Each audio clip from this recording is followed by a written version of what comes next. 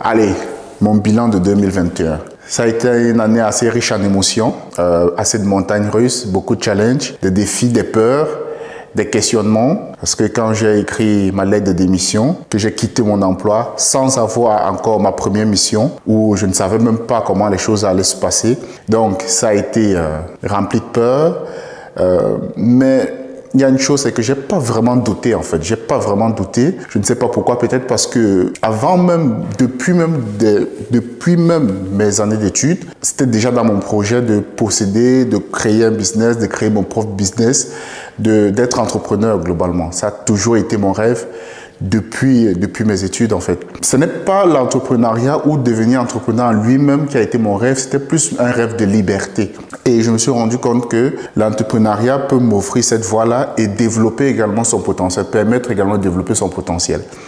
Mais bon, voilà, on peut très bien le faire aussi en étant salarié. Je ne fais pas partie de ceux qui passent le temps à taper sur les autres qui décident d'être salariés. Je pense qu'on peut très bien se déployer son potentiel en tant que salarié. C'est juste que le contexte est différent, la façon de procéder est différente. Voilà, et il faut se connaître, tout simplement, il faut se connaître. Donc, une fois qu'on se connaît, on connaît comment on est, maintenant, on choisit une voie ou l'autre.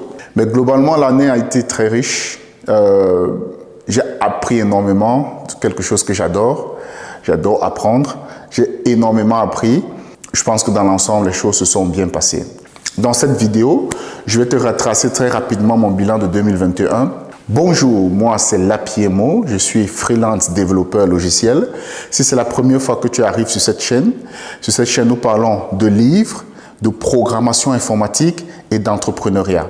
Pour avoir une vie belle, riche et épanouissante, j'ai une philosophie de vie qui repose sur 4 piliers. La santé, la connaissance, la compétence et le fun. Donc, sans plus tarder, retraçons un peu le bilan de 2021.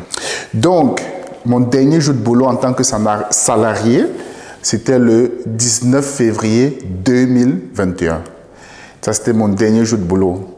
Ce jour a été un jour où je me suis lancé un peu dans l'aventure sans toutefois vraiment savoir où j'allais parce que quand j'ai écrit ma lettre de démission, ça c'est une autre chose. Mais bon, je pense que je ferai vraiment une vidéo spéciale pour expliquer tout le parcours de salarié jusqu'à chef d'entreprise. Mais ici, j'aimerais juste partager globalement le bilan. Quand j'ai écrit ma lettre de démission, une fois que je l'ai donnée, ma lettre de démission, ça fait plus ou moins 2 mois et demi avant de trouver ma première mission parce que mon préavis chez mon employeur, c'était de 3 semaines, si j'ai bonne mémoire. C'était de 3 semaines. Une fois que j'ai écrit ma lettre de démission, le préavis a pris lieu, donc je commençais déjà à chercher une mission pour travailler en tant qu'indépendant, pour travailler à mon propre compte, mais je ne trouvais pas de mission, je passais des entretiens. Et d'ailleurs, j'avais même un jour de congé chez mon employeur parce que dans la réglementation, si par exemple on veut quitter son emploi, il y a possibilité de demander un jour, je ne sais plus également comment on appelait ces congés, ça déjà je l'ignorais. C'est un ami à moi qui a fait des recherches et qui m'a donné l'info, donc j'ai relayé ça à mon employeur. Donc je travaillais durant mon préavis. Je travaillais 4 jours, je travaillais plus 5. Et j'avais une journée pour chercher le boulot. Donc, pour chercher ma première mission, globalement. Mais voilà, ça a été difficile. J'ai passé des entretiens que je ne trouvais pas de mission.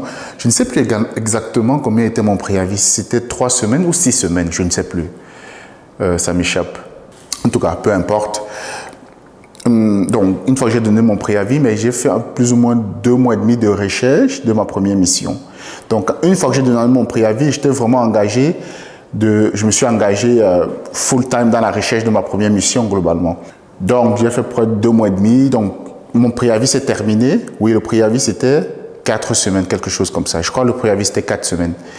Donc, parce que j'ai terminé mon préavis, je n'avais pas encore de mission. Et pendant que je suis allé m'inscrire comme demandeur d'emploi, comme chercheur d'emploi, je ne pouvais pas aller m'inscrire au chômage parce que voilà, quand on quitte son emploi, on ne peut pas s'inscrire au chômage et tout ça. Donc je suis allé m'inscrire comme demandeur d'emploi et je continuais à chercher. Et après, j'ai trouvé finalement, on a trouvé une première mission. Donc, j'ai dû passer rapidement, faire les démarches pour m'établir en tant que personne physique, comme indépendant. Ce qu'on appelle en Belgique le statut d'indépendant personne physique. Déjà, je m'étais même inscrit déjà comme demandeur d'emploi parce que il faut avoir un statut en fait. En Belgique, il faut avoir un statut. Donc, je me suis inscrit comme demandeur d'emploi parce que voilà, on ne peut pas être comme ça sans avoir un statut. Donc, je me suis inscrit comme avec le statut demandeur d'emploi. Ensuite, une fois que j'ai trouvé ma mission, ma première mission, voilà, je suis mon premier client après de multiples entretiens. Je peux vous dire, je ne sais même pas la quantité d'entretiens que j'ai passé. Mais ça fait partie du game, ça fait partie du jeu. Je quitte d'une situation plus ou moins confortable où, dans mon ancienne, chez mon employeur précédent, j'étais déjà dans une situation où, voilà, je coachais même d'autres développeurs pour vous dire que, voilà, c'était dans une position assez confortable. Donc, on a quitté tout ça pour se lancer dans l'aventure, on va dire. Donc, une fois que j'ai trouvé la première mission, ben voilà, il fallait rapidement faire les démarches. Je suis allé voir un comptable. Je voulais directement passer en fait. Je voulais directement passer en société, créer une société. Mais le comptable que j'ai rencontré finalement, il m'a suggéré de ne pas le faire directement, de passer d'abord en tant qu'indépendant. Il m'a donné un certain nombre de raisons. Finalement, je trouve qu'il avait raison parce que 5 mois après mon premier client, ben il a mis fin au contrat. Le contrat a été arrêté chez mon premier client 5 mois après. Donc, ça veut dire qu'après 5 mois, je commençais juste à prendre le monde du freelancing ou du consulting. Donc, 5 mois après, la mission s'est terminée. Il fallait une autre mission. Et voilà, j'ai trouvé une autre mission. Mais ce qui a été un peu difficile, c'est que la mission s'est terminée. En fait, j'avais prévu voyager, aller au Cameroun. J'avais prévu aller au Cameroun. Donc, il me manquait 2 jours ou, je ne sais plus, une semaine avant mon départ. Non, 2 jours, quelque chose comme ça avant mon départ pour le Cameroun. C'est là que le client m'appelle et il me dit que, bon, voilà, notre collaboration va s'arrêter là. Mettez-vous un peu à ma place, je commençais une nouvelle activité et la collaboration devait déjà s'arrêter. Donc, il a dit que la collaboration va s'arrêter là. Mais bon, ça fait partie du game. Quand on se lance en tant que freelance, il y a des avantages, il y a des inconvénients. Ben, je ferai une vidéo également dessus. Mais ça fait partie du game. Donc, la mission s'est arrêtée. Il m'a dit que, ben bon, j'avais encore 1 mois. J'avais encore 1 mois à prester chez lui. Et voilà, je commençais déjà à chercher d'autres missions. Mais ma recherche était un peu délicate, était aussi, comment dirais-je, était mal partie parce que je devais voyager. Donc, en voyageant déjà, tu peux t'imaginer qu'une fois à mon voyage, une fois que j'ai voyagé, au lieu de profiter pleinement de ce que je pouvais faire, j'avais pas la tête vraiment tranquille parce que voilà, j'avais plus de mission. En fait, ma mission se terminait, il me fallait trouver rapidement un autre client. Donc, c'était reparti pour les entretiens. Mais avant de partir, finalement, ça s'est plutôt, je vais dire dans l'ensemble, ça s'est plutôt bien passé parce qu'avant de quitter, j'étais en relation avec une boîte de consultants qui m'a dit, OK, il y a un client qui est intéressé par mon profil.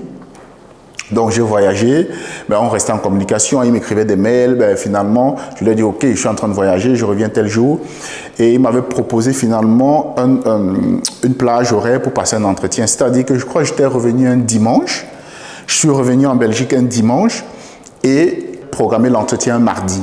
Je me suis dit, OK, lundi, je vais quand même essayer de me poser un tout petit peu. Donc, j'ai programmé l'entretien mardi. Donc, je suis arrivé dimanche en Belgique et c'était ma dernière semaine chez mon client. Hein. Donc, c'était ma dernière semaine chez le client avec qui, voilà, il avait mis fin à la collaboration. C'était ma dernière semaine. Donc, je suis arrivé lundi. Mardi, j'ai passé l'entretien mardi. J'ai passé l'entretien. Je veux dire que l'entretien, c'était en anglais parce que, peut-être pour ceux qui l'ignorent, en Belgique, il y a un côté francophone, il y a un côté néerlandophone. Mais généralement, dans le côté néerlandophone, il parle aussi pas mal anglais. Donc, voilà. Donc, mais l'entretien était en anglais. Mais c'est là que je me suis rendu compte à quel point mon niveau d'anglais n'était pas si mal que ça, parce qu'on a fait pratiquement 1h30 d'entretien en anglais avec des questions techniques, avec des questions, voilà, un peu généralistes, hein, comme tout tous autres entretiens avec des petits cas pratiques où il me donnait des exercices. En fait, il projetait l'exercice et il me demandait, OK, qu'est-ce que tu en penses? Comment on peut résoudre ça? Donc, tout ça, c'était en anglais pendant une heure et demie. Donc, après l'entretien, apparemment, ils étaient tellement blasés par mon profil que le lendemain, généralement, ça peut prendre une semaine, on revient vers toi pour te dire, OK, si ton profil a été accepté ou pas. Mais le lendemain, mercredi, mon téléphone sonne, je décroche et je peux vous dire que... Mais déjà, dès que j'ai décroché le téléphone, généralement, on est en relation avec la boîte de consultance. Mais je pense que ça également, je ferai une vidéo vraiment pour expliquer comment ça se passe dans le freelancing, généralement, en tout cas, dans le domaine du développement logiciel.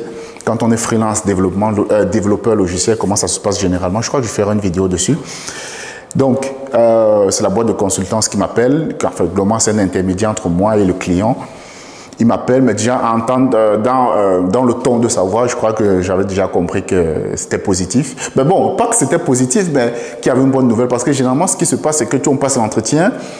Et il vous appelle, il vous dit que OK, le client est intéressé par votre profil, mais il va réfléchir. Donc, parfois, le client peut réfléchir ou le client peut dire que OK, vraiment, le profil, votre profil ne le parle pas, en fait, ne le parle pas. Et directement, ben voilà, tu sais que voilà, là, d'office, il n'y a pas de chance avec le client, quoi. Donc, il m'appelle, généralement, c'est ce qui se passe et on te dit OK, le client est intéressé par le profil, mais il va donner sa réponse dans quelques jours. Ça peut parfois prendre des semaines même. Mais là, il m'appelle directement, il me dit, écoute, le client est intéressé par ton profil, ils sont super motivés par ton profil, tu les as mis plein les yeux, ils étaient contents. Et puis voilà, ils veulent te garder. Donc, est-ce que toi, tu es partant pour la collaboration? Je me dis, mais celui-là, qu'est-ce qu'il est en train de me dire? Dans mon cœur, voilà, j'étais tout excité, tout content. Je me dis, wow! À peine je suis en train de terminer ma semaine chez mon client que voilà, il y a déjà un client qui est super excité. Je lui dis, mais oui, bien sûr. Il me dit, ouais, bon, voilà, maintenant, il faut pas non plus montrer que... Je lui dis, OK, ben oui, finalement, c'est assez intéressant. Il me dit, OK, est-ce que tu as d'autres questions à poser? Est-ce que ceci, est-ce que cela? Qu'est-ce que tu en penses? Je lui dis que je suis partant pour la mission. Donc, voilà, il me demande, OK. Maintenant, ensuite, il rappelle le client me demande, il me dit, OK, comme tu es partant, je vais transmettre la nouvelle au client et puis je te reviens. Mais il a transmis la nouvelle au client et il m'est revenu. Il me dit, OK, quand est-ce que tu es prêt à commencer? Moi, comme c'était ma dernière semaine, donc parce qu'il m'a appelé mercredi, parce que j'ai passé l'entretien mardi, il m'a appelé mercredi, il m'a dit, quand est-ce que tu es prêt pour commencer? Moi, je lui ai dit la semaine prochaine. Parce que voilà, j'étais totalement... voilà, c'était ma dernière semaine, quoi. Ma dernière semaine dont j'ai terminé en juillet. C'était ma dernière, en fait. La dernière semaine de juillet, en fait, que je terminais chez ces clients-là. Je lui ai dit, la semaine prochaine, donc début août, quoi. Celui dont j'étais en relation dans la boîte de consultance m'a dit, je te conseille de prendre une semaine pour te poser un tout petit peu, de te reposer et avant de commencer chez le client. Donc, au lieu de commencer directement la semaine prochaine, voilà, tu peux dire que tu as une semaine de repos, tu te prends une semaine de repos et tu commences la semaine d'après. Donc, c'était le 9 août. Donc, j'ai terminé ma dernière semaine chez mon client précédent et je recommençais notre mission le 9 août. Donc, c'est comme ça les choses sont passées. J'ai commencé chez le client, mais rien n'est acquis. Hein. Quand on travaille dans le freelancing, en tout cas plus particulièrement dans le développement logiciel, ce que je sais, j'ai compris que rien n'est acquis parce que chez mon client précédent, voilà, moi aussi je croyais que j'allais mettre un bon bouton là-bas, mais bon. Donc, c'est pas parce que généralement tu signes un contrat chez un client, en fait, c'est beaucoup trop dynamique. En fait, c'est très dynamique dans le freelancing. C'est-à-dire, tu peux signer avec un client et à un moment, la première semaine, il n'y a pas matching, donc il n'y a pas un bon contact avec lui. Il peut mettre fin au contrat la semaine qui suit, hein, directement. Donc, là, c'est vraiment un autre mindset, en fait. C'est vraiment un autre mindset. Donc, j'ai fait chez le client, mais ça c'est... Voilà, finalement, je suis en train de faire mon chemin. Donc, ça va déjà 5 mois chez ce client-là. Et là, voilà, j'ai le contrat encore pour un bon bout de temps chez le client. Mais ça ne veut rien dire. Hein. Comme je l'ai dit, dans le freelancing, tu peux avoir 1 an, 2 ans de contrat chez un client. Mais ça ne veut rien dire du tout parce que du jour au lendemain, il peut te dire, OK, la collaboration s'arrête parce que... ça donne juste une perspective. Dit qu'OK, il te donne encore un contrat d'1 an ou de 2 ans, c'est juste une perspective. Mais ça ne veut pas ça ne veut pas du tout dire que c'est garanti. Voilà, c'est ce que j'ai appris. Donc, ça fait partie du chemin et voilà, ça fait partie du jeu, tout simplement. Et moi, je me dis, ben, voilà, ça fait partie du jeu. Donc, l'intérêt, c'est trouver comment être une véritable valeur ajoutée pour le client, de développer ses compétences en permanence, d'apprendre en permanence, parce que là, tu n'as pas beaucoup de choix que d'apprendre en permanence, sinon, voilà, ton contrat est arrêté. Et moi, être dans cette dynamique-là, être dans cette situation-là, moi, ça me motive. Bon, maintenant, c'est pour ça que je disais, il faut se connaître. Il y a des gens, par exemple, c'est pas du tout le truc. Par exemple, les entretiens, quand on fait dans le freelancing, quand on est freelance, oui, on va gagner un peu plus que quand on est employé, mais il faut se former en permanence. Ça veut dire également qu'il y a pas mal d'entretiens qu'on va passer parce qu'une fois que ça se termine chez un client, parfois il faut passer pas mal d'entretiens pour retrouver une autre mission. Et une mission peut durer 1 mois, 2 mois, 3 mois, comme ça peut durer 1 an. C'est vrai que je connais où je travaille actuellement, je connais des freelances qui sont là depuis, quelqu'un m'a dit qu'il est là depuis 8 ans. Donc voilà, ça peut arriver qu'on tombe dans une boîte où c'est leur politique de travailler avec des freelances et ils vous gardent assez longtemps. Lui, voilà, il m'a dit que ça fait 8 ans qu'il est dans la boîte. Mais ce n'est pas toujours le cas. Ça, ce sont des cas exceptionnels. Généralement, quand on prend un freelance dans une boîte, généralement, c'est pour des temps relativement, on va dire, courts. Donc, ça peut être 6 mois. Généralement, ça va de 3 mois. Les contrats en tant que freelance, ça va généralement, en tout cas dans le développement logiciel, de 3 mois à 1 an. Généralement, donc de 3 mois. Généralement, c'est 3 mois ou 6 mois ou 1 an, généralement. Donc, globalement, c'est là. Et maintenant que le client a pu... voilà, je monte également en compétence, je me forme en permanence. Et le client, ici, là, je travaille, voilà, pour le contrat il a pu étendre le contrat. Et là, j'ai décidé de quitter de personnes physiques, donc d'indépendants personnes physiques, pour passer en société. Donc maintenant, je suis en société, j'ai créé une société. Toujours dans cette année 2021, donc c'était assez enrichissante, mais par contre pas mal de péripéties quand on veut créer la société, pas mal de travail administratif, il faut dialoguer avec le notaire, il faut voir la banque pour créer un compte professionnel, il faut dialoguer avec le comptable pour mettre en place le plan financier, pour discuter un certain nombre de détails. Mais bon, ça fait partie du parcours. Et normalement, les choses commencent à se stabiliser plus ou moins en termes de création de la société. Dans la société, là, maintenant, elle est effective, elle est enregistrée, elle a débuté. Et je suis juste gérant d'entreprise et maintenant, il faut faire rentrer l'argent dans les caisses. Voilà, donc le parcours est encore assez long. Moi, je ne veux pas juste me limiter au freelancing. Voilà, j'ai plein d'autres projets en tête. Et je parlerai certainement de ces projets-là dans d'autres vidéos. Donc, ça, globalement, c'est le bilan, mon bilan de 2021, qui a été, donc en 2021, en une seule année, passé à la fois de salarié, ensuite à indépendant, ensuite à gestionnaire d'entreprise.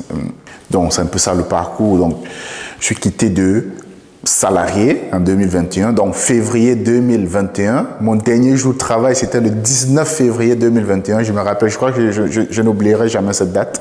Ma première mission en tant que freelance, en tant qu'indépendant, ça a été le 15 mars. Donc, j'ai le 15 mars 2021. Ensuite, ma mission s'est terminée en fin juillet 2021. Chez le premier client, et puis j'ai commencé chez mon deuxième client, le client chez qui je suis actuellement, le 9 août 2021. Et la société a été effective depuis novembre, depuis décembre, je crois. Enfin, la société a été créée et effective depuis décembre ici, oui. Donc, ça c'est le bilan de 2021. Et toi, quel est ton bilan de 2021? Partage-le dans les commentaires, peut-être que ça peut inspirer d'autres personnes. Dis-nous un peu ce que tu penses, ce qui s'est passé, quels sont les challenges, les difficultés que tu as vécues en 2021 et comment tu vois 2022. Merci d'avoir regardé cette vidéo. Moi, c'est Lapiemo et rendez-vous pour une prochaine vidéo. Bye bye.